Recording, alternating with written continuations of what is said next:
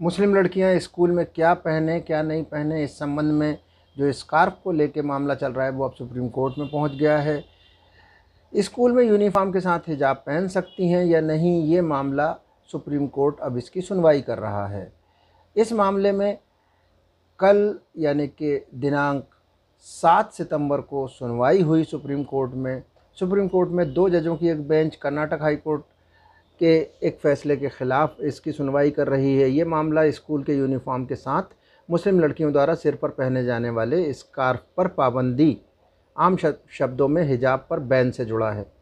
इस मामले की सुनवाई जस्टिस हेमंत गुप्ता और जस्टिस सुधांशु धूलिया की बेंच कर रही है। ये अलग अलग याचिका कई सारी दायर हुई हैं इस मामले में, और इस सब की याचिकाओं की सुनवाई जो है दोनों जस्टिस साहिबान करेंगे। इन सब वकीलों में से प्रमुख वकील एक हैं देवदत्त कामत। उन्होंने एक टिप्पणी की, हिजाब को बताया अभिव्यक्ति की स्वतंत्रता का हिस्सा।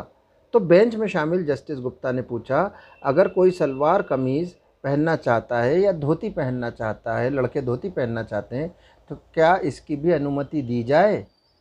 देवदत्त कामत ने कोर्ट के सामने बुनियादी अधिकार का सवाल रखते हुए संविधान के अनुच्छेद 19(1) अभिव्यक्ति की स्वतंत्रता का अधिकार देता है, ये कहते हुए कहा कि इसे भी सुनिश्चित करता है। जब ये वाली बात कही, इस पर जस्टिस गुप्ता ने कामत से पूछा, अभी आप राइट टू ड्रेस की बात कर रहे हैं, तो आप क्या बाद में राइट टू अनड्रेस की भी बात करेंगे? ये जटिल सवाल है।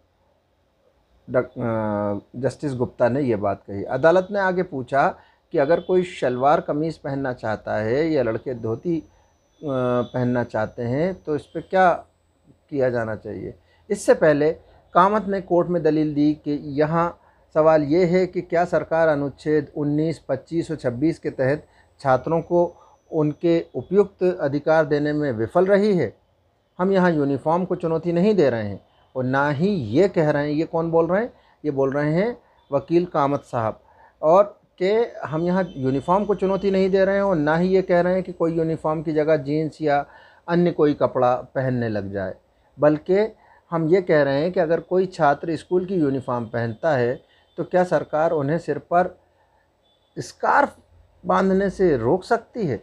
यहाँ ऐसे हिजाब या जिल्बाब की बात नहीं हो रही है जो सिर से पांव तक उन्हें कवर करता हो। वकील कामत साहब ने कहा कि हम बात कर रहे हैं एक ऐसे स्कार्फ की जो स्कूल यूनिफॉर्म से मैच करता हो।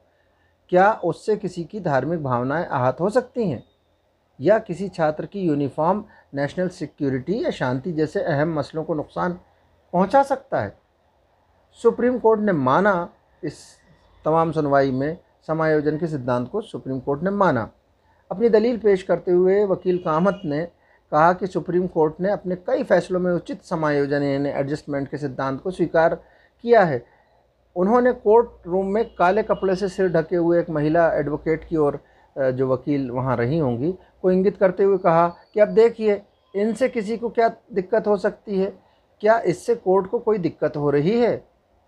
तो इस तरह की बातचीत सुनवाई में आई। आज भी ये सुनवाई जारी रहेगी, आज यानी कि 9 सितंबर 2022 को। देखते हैं सुप्रीम कोर्ट इस मामले में क्या फ़ैसला देगा। ये कई सारी टिप्पणियां जो होंगी ये भी बड़ी महत्वपूर्ण रहेंगी।